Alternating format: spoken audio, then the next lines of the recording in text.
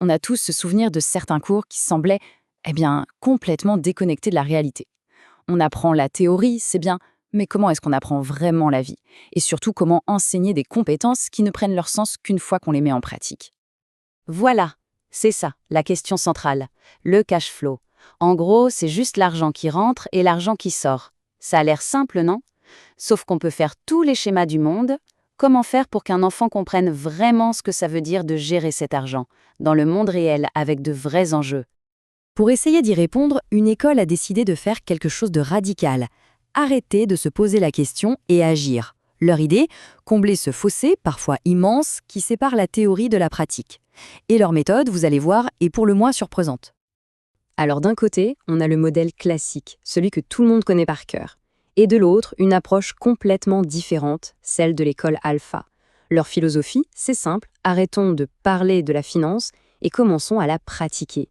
N'étudions plus seulement la vie, vivons-la. Et pour mettre en œuvre cette philosophie, cette école a développé une solution, disons, innovante. Une expérience qui allait complètement transformer la façon dont ces élèves perçoivent le monde des affaires, mais aussi la responsabilité. L'idée, au fond, était simple dans son audace. Au lieu de simuler la création d'une entreprise, pourquoi ne pas en gérer une vraie? Et pas n'importe laquelle, hein. Une entreprise qui demande une attention constante. Et voilà, tout est dit. C'est aussi simple et puissant que ça. Cette phrase prononcée par une élève résume toute l'ambition du projet. On ne parle pas d'un jeu de rôle, c'est la réalité, pure et simple, gérée par des enfants de 10 ans. Le moteur de tout ce projet, c'est ce concept, le savoir expérientiel. L'idée est simple, on apprend vraiment en faisant, en se trompant parfois et bien sûr en réussissant. C'est la connaissance qui vient de l'action, pas seulement des livres. Alors concrètement, comment est-ce qu'un groupe d'élèves de CM2 a pu mettre en place une telle entreprise? Eh bien, le processus était tout aussi impressionnant que l'idée de départ. D'abord, il faut bien saisir l'ampleur du truc. On ne parle pas ici d'un petit atelier d'une semaine, non, non.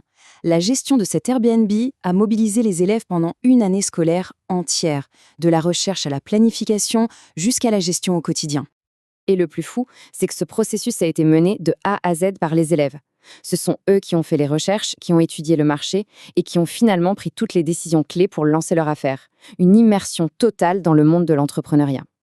Ce qui est fascinant, c'est quand on regarde les détails de leurs décisions. Le choix s'est porté sur un appartement, pas une maison. L'emplacement, le quartier du domaine, a été choisi de manière très stratégique pour sa proximité avec les commerces. Et l'implication était totale, jusqu'à débattre du choix des meubles, puis les monter et les installer eux-mêmes. Ok, la logistique, c'est une chose. Mais au-delà de ça, qu'est-ce qu'ils ont vraiment appris? Quelles sont les compétences qu'ils ont acquises et que des manuels n'auraient jamais, au grand jamais, pu leur enseigner? Cette phrase d'un autre élève, elle capture vraiment l'essence de l'expérience. Ce passage de l'abstrait au concret. Le sentiment incroyable de voir son travail avoir un impact réel, tangible. C'est un moteur d'apprentissage absolument inégalé. Et les résultats, ils sont là, bien concrets. Ces élèves n'ont pas lu une définition du cash flow, ils ont dû le gérer pour payer les factures. Ils n'ont pas étudié l'analyse de marché, ils en ont fait une pour choisir leur appartement. Chaque point de cette liste, ce n'est pas juste une ligne sur un CV, c'est une expérience vécue, un problème résolu. Forcément, une expérience comme ça soulève une question beaucoup plus large. Au-delà de ce projet unique, quelles sont les implications pour l'éducation en général? Finalement, la mission de l'école était assez simple, créer une opportunité pour que ces concepts financiers cessent d'être des mots sur un tableau. Et franchement, au vu de l'expérience, on peut dire que c'est une mission accomplie. Ils ont prouvé que l'apprentissage peut être à la fois rigoureux et incroyablement passionnant. La question qui reste en suspens, c'est donc celle-ci. Est-ce qu'on vient d'assister à une simple expérience aussi fascinante soit-elle, ou est-ce un véritable aperçu de ce à quoi pourrait ressembler l'éducation de demain? La réflexion est ouverte.